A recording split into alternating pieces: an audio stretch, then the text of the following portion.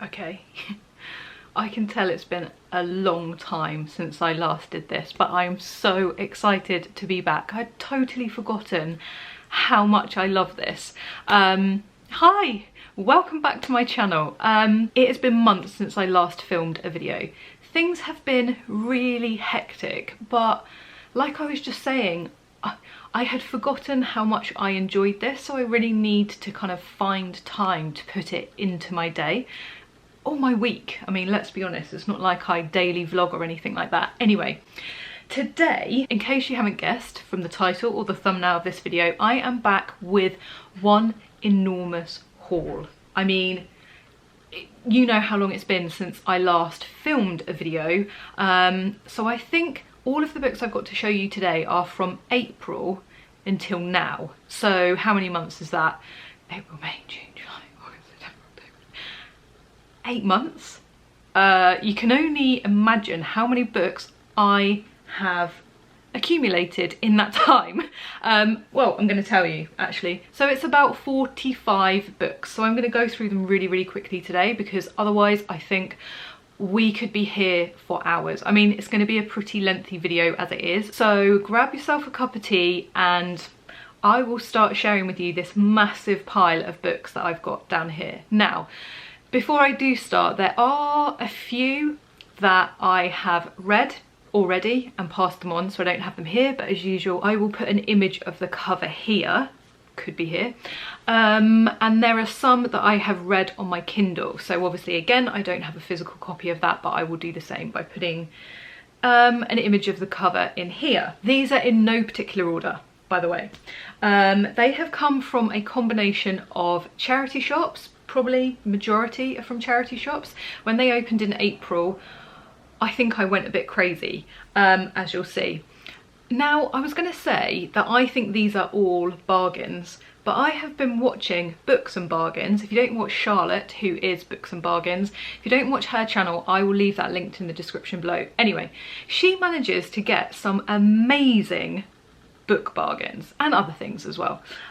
So when I'm sort of saying I've got some bargains, all of these are sort of £1.50, £2, sometimes a little bit more if they're coming from the Oxfam bookshop, which tends to be a bit more pricey. She's getting books for pence, which, I mean, that's amazing. So, okay, we've got charity shop books, we have got books from my NB magazine book subscription. There are books from Amazon, of course. Sometimes that sort of need to have something immediately comes over me, so I jump on there. They've also come from little sort of book nooks or local local free libraries. And where else have they come from? Supermarkets, that's the other place that they've come from. So a real variety, and as I said, this is 8 months worth of book buying. Let's get into it. Okay, first up we have Queenie by Candice Carty-Williams. I've seen so many people talk about this on BookTube and Bookstagram, and I had FOMO. That seems to be a bit of a theme, as you'll see as we're going through this pile. Okay, I also have Three Women by Lisa Taddeo. I've heard very mixed reviews about this book. I'm not sure it's going to be my cup of tea, but it's come from a charity shop. I didn't pay very much for it, so I kind of wanted to give it a read myself, judge it myself. Okay, another one that I've heard so many people talk about is Clap When You Land by Elizabeth Acevedo. I think that's how you pronounce it. This is in verse, so I'm not sure. Oh, my glasses are falling forward.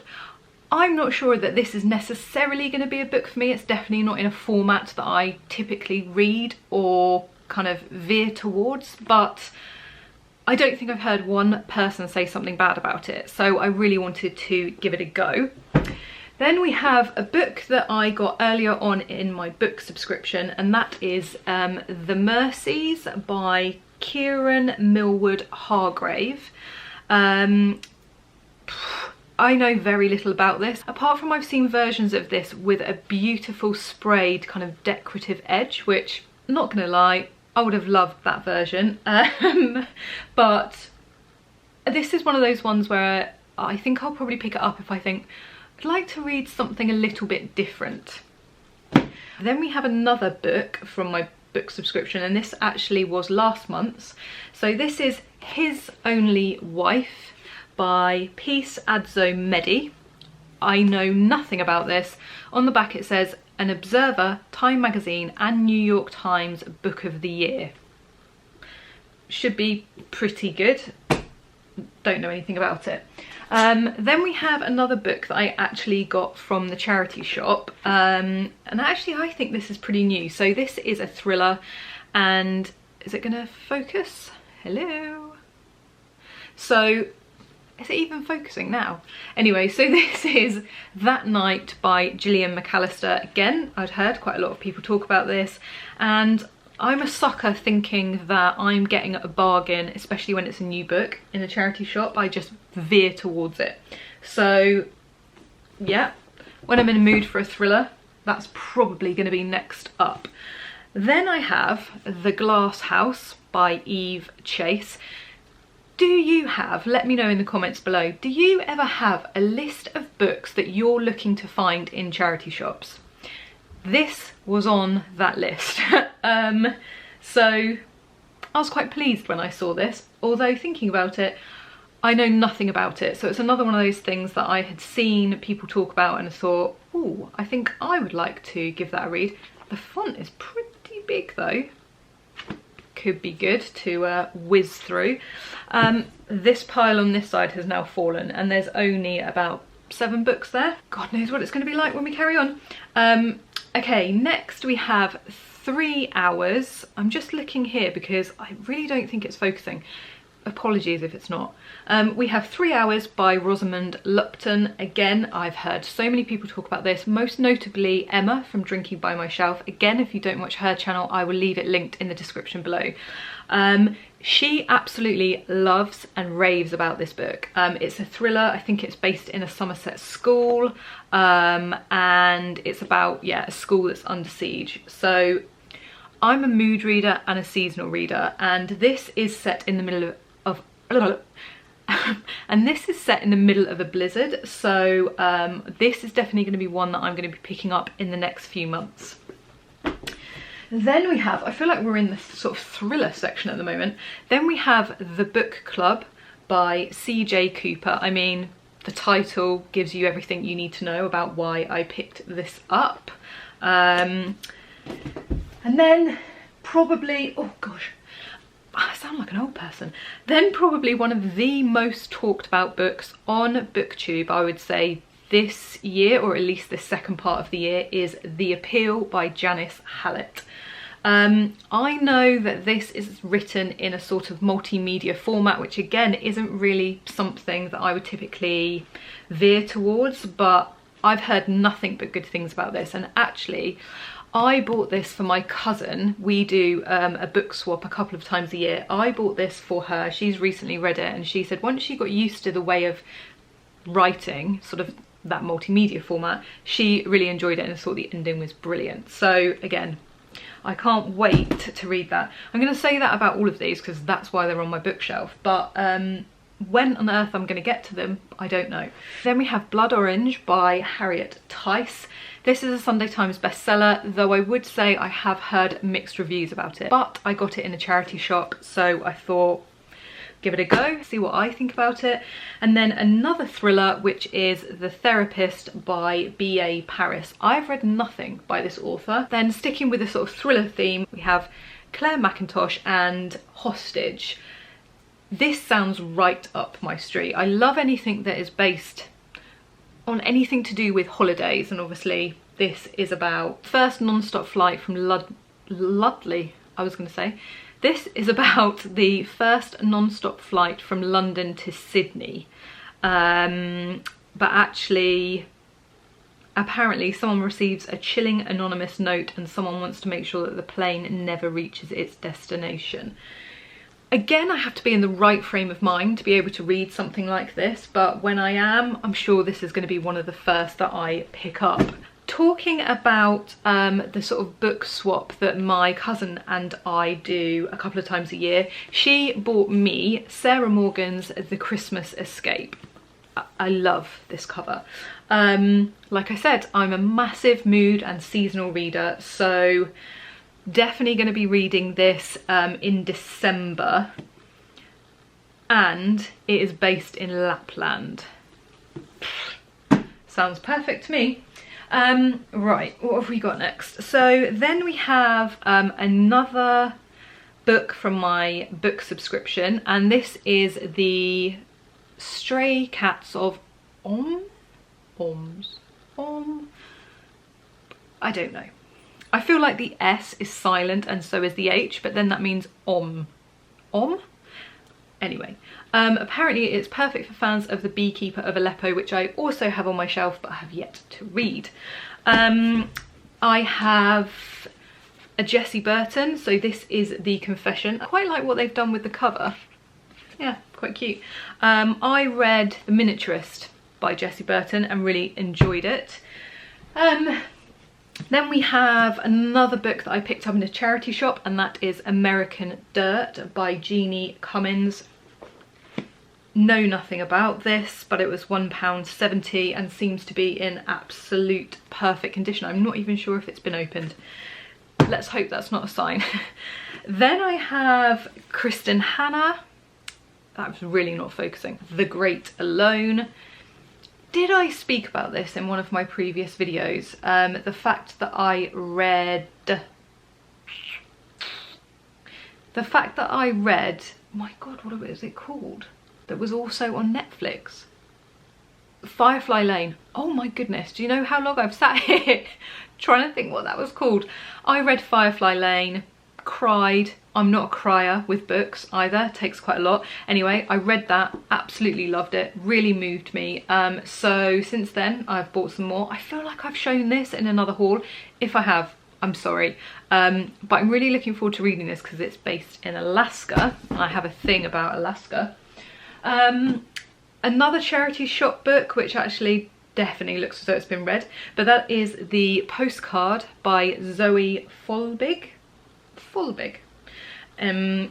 Looks like a pretty good chick lit.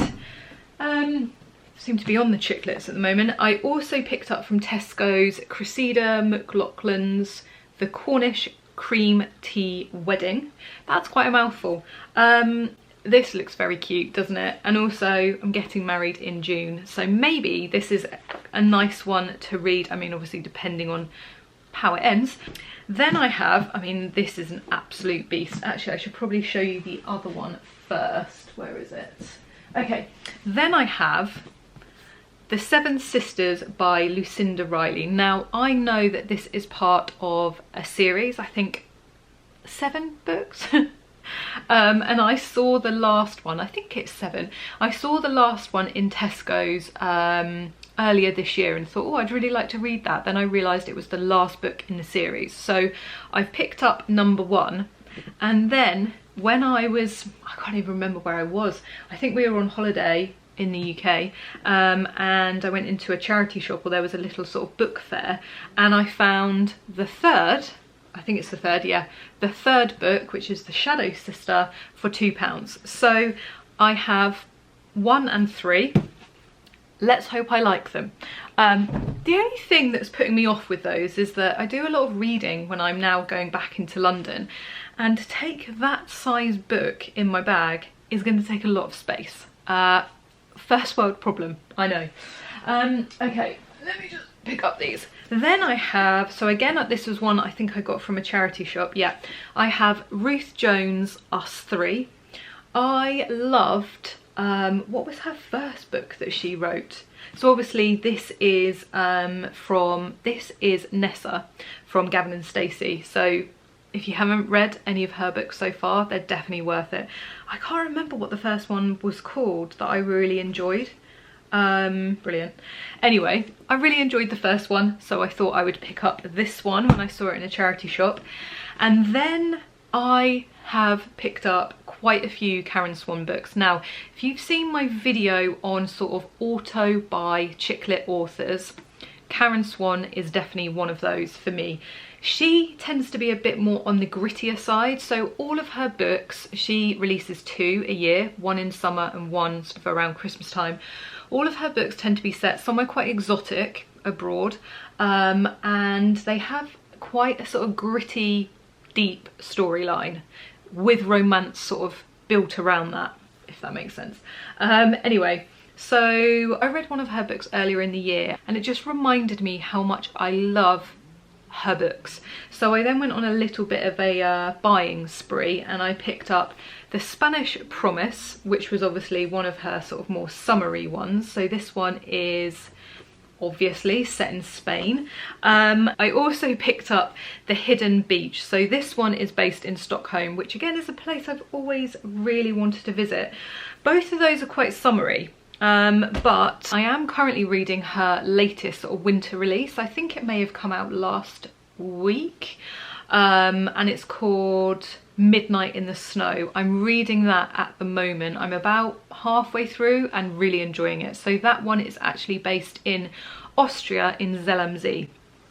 Then, talking about sort of auto by authors, Lindsay Kelk is another one of those authors for me. So previous to reading the book I'm reading now, I read On a Night Like This by Lindsay Kelk. So that's her new release for this winter.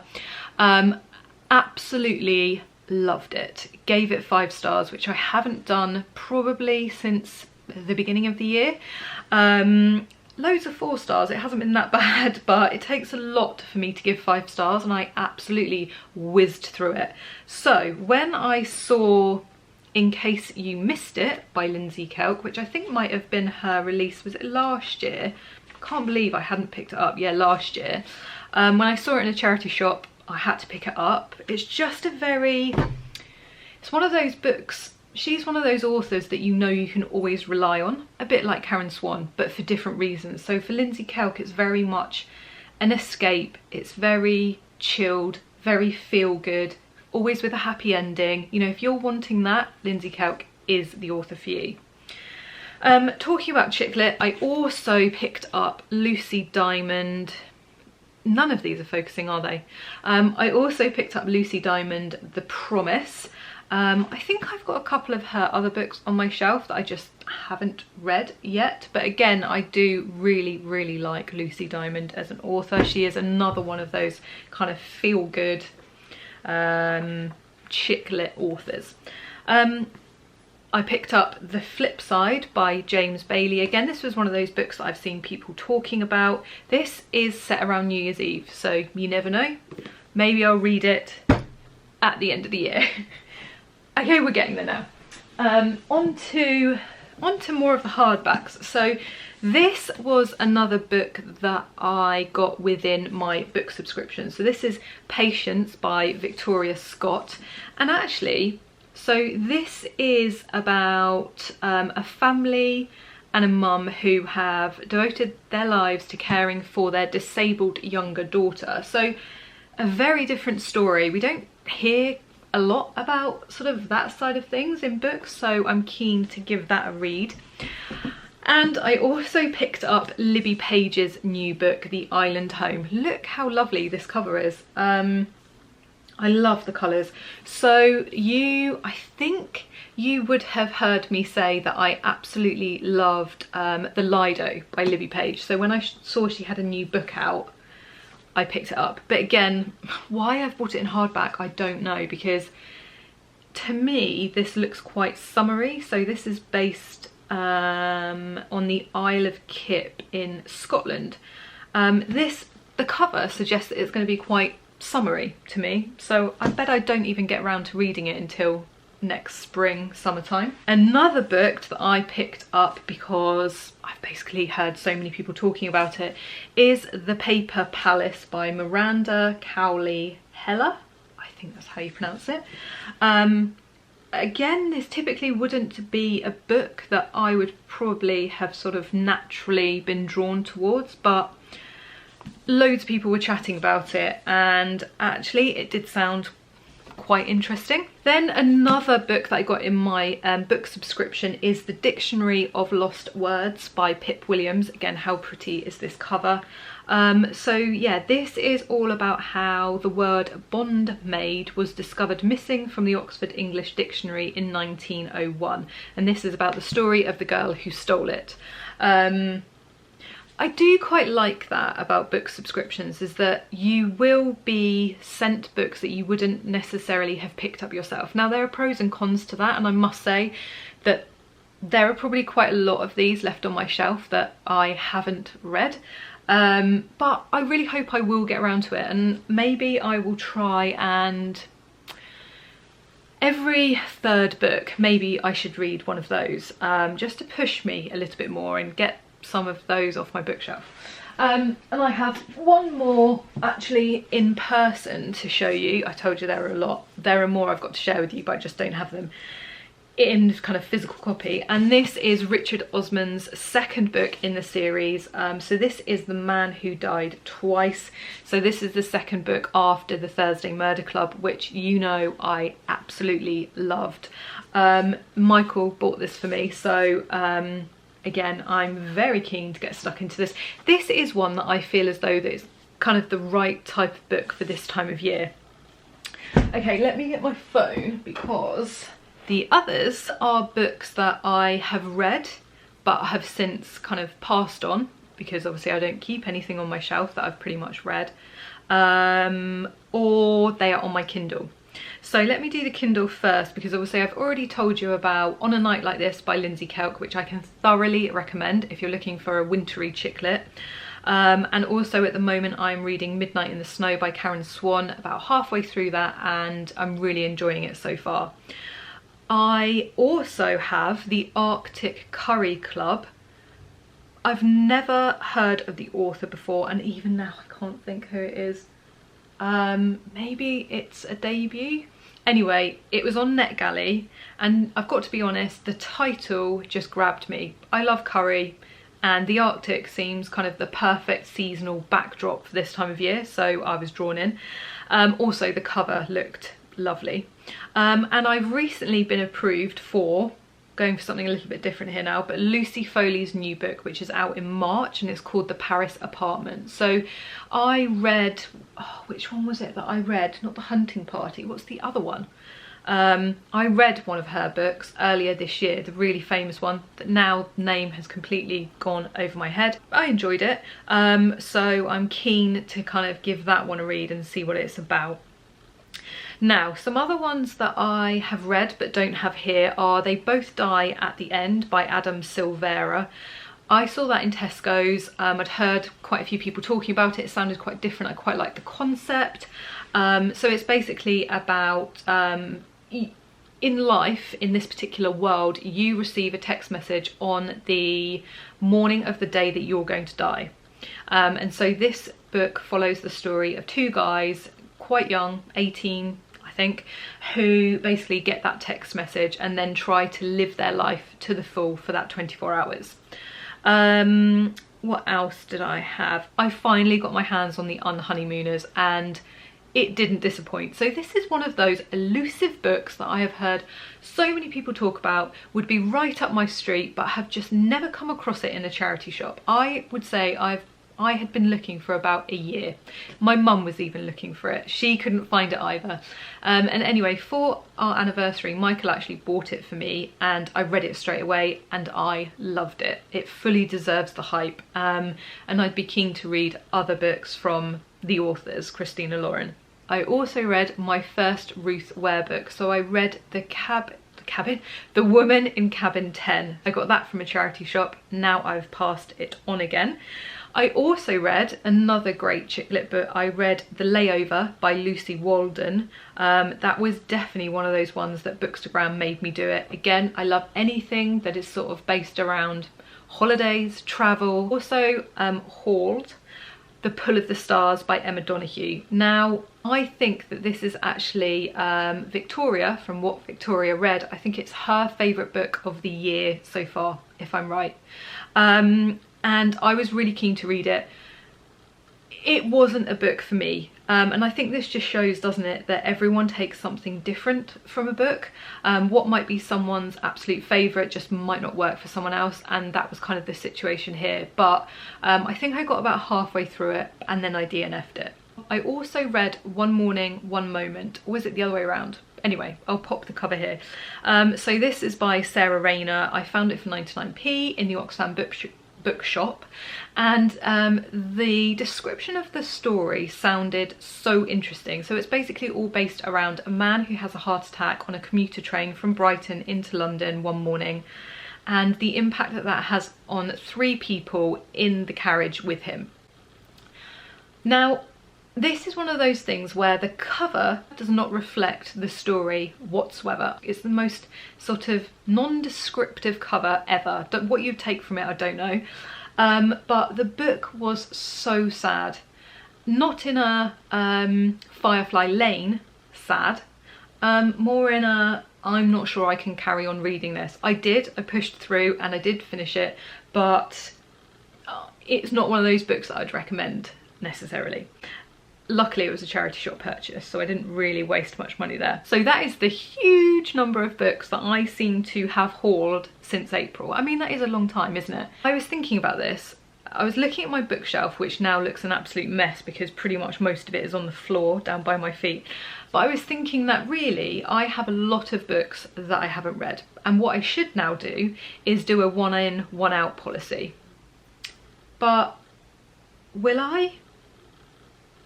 Probably not, because I don't want to.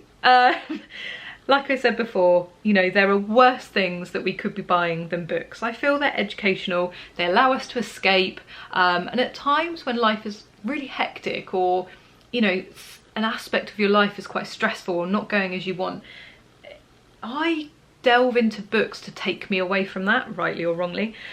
So I'm going to justify them, and to be fair, I'm probably going to continue buying them. So expect another haul from me soon, hopefully not with 45 books though this time. Thank you so much for watching. I hope you enjoyed this video. It's so nice to be back. Let me know if you've read any of these books that I have shared here, or if there's a particular book that you think I should put to the top of my TBR. Obviously I don't really have a TBR, you know what I mean. Obviously I'm a seasonal reader, I'm a mood reader, so bear that in mind, but let me know if you do think there's one that stands out to you. I would love to know, because I've actually got Michael choosing my books for me. I find that's a lot better. I don't have to make the decision myself then. But yeah, thank you so much for watching, and I hope to be back more regularly now. If you've enjoyed this video, please give it the thumbs up. Heaven knows I need the YouTube algorithm to work for me now, because it's been so long.